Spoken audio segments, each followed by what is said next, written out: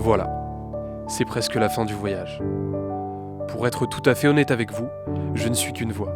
La voix du trio qui a réalisé ce reportage. Et je suis tout aussi triste que vous que ça se termine. Ce qu'ont essayé de vous montrer Sam, Théo et Antonin, ce sont ces kinés d'aujourd'hui, impliqués, compétents et ouverts d'esprit. Tandis que les visages de la kinésithérapie de demain se dessinent, qui de mieux qu'eux, justement, pour le mot de la fin.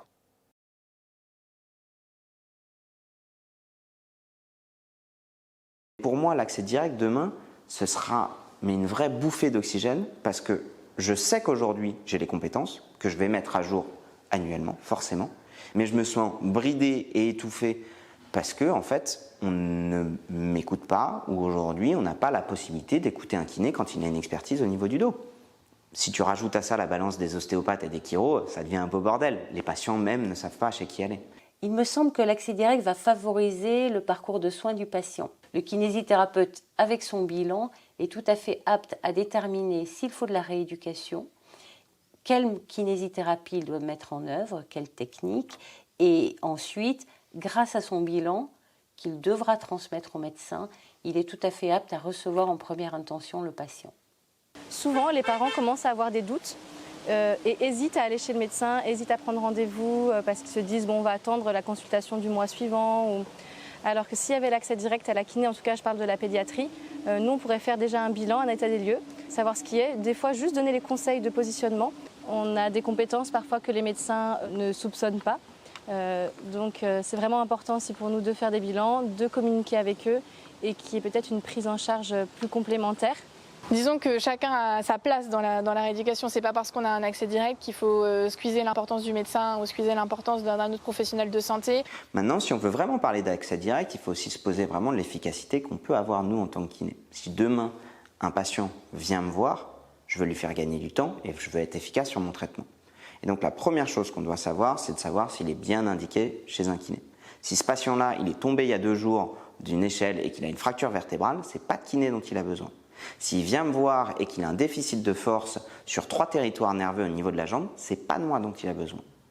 Donc l'accès direct, c'est d'abord s'assurer que les kinés sont capables de réorienter parce que c'est du domaine du médical, du chirurgical.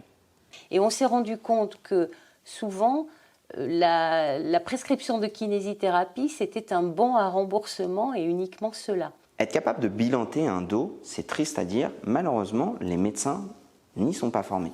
Et de leur propre aveu. Combien de patients aujourd'hui viennent nous voir en disant en fait mon médecin ne m'a même pas enlevé le t-shirt. Il ne sait pas quoi prescrire sur l'ordonnance.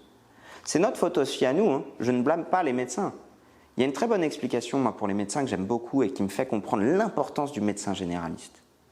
C'est qu'aujourd'hui, le médecin généraliste, sa plus grande force, c'est aussi sa plus grande faiblesse, c'est qu'il voit énormément de monde.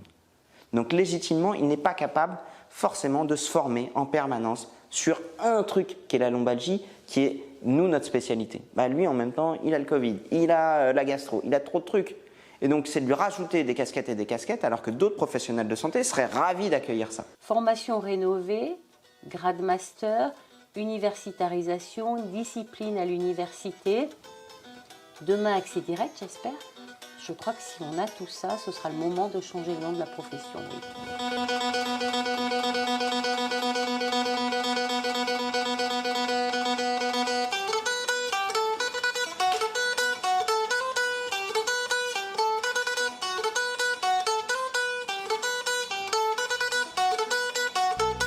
Donc en fait, la vraie prévention, c'est plutôt de se dire, aujourd'hui, on sait qu'est-ce qui fait que les gens sont en bonne santé.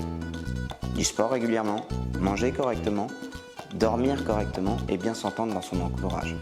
Ces 4 trucs sont gratos. 0 pouvoir marketing, tu peux pas marketer ça. Donc on n'en entend pas parler. Par contre, les ceintures posturales de mes couilles, les produits miracles en tout genre, là il y a des gens qui ont intérêt à le vendre. Tu veux passer à la caméra? Oui. Tu veux faire comme ton papa? Oui.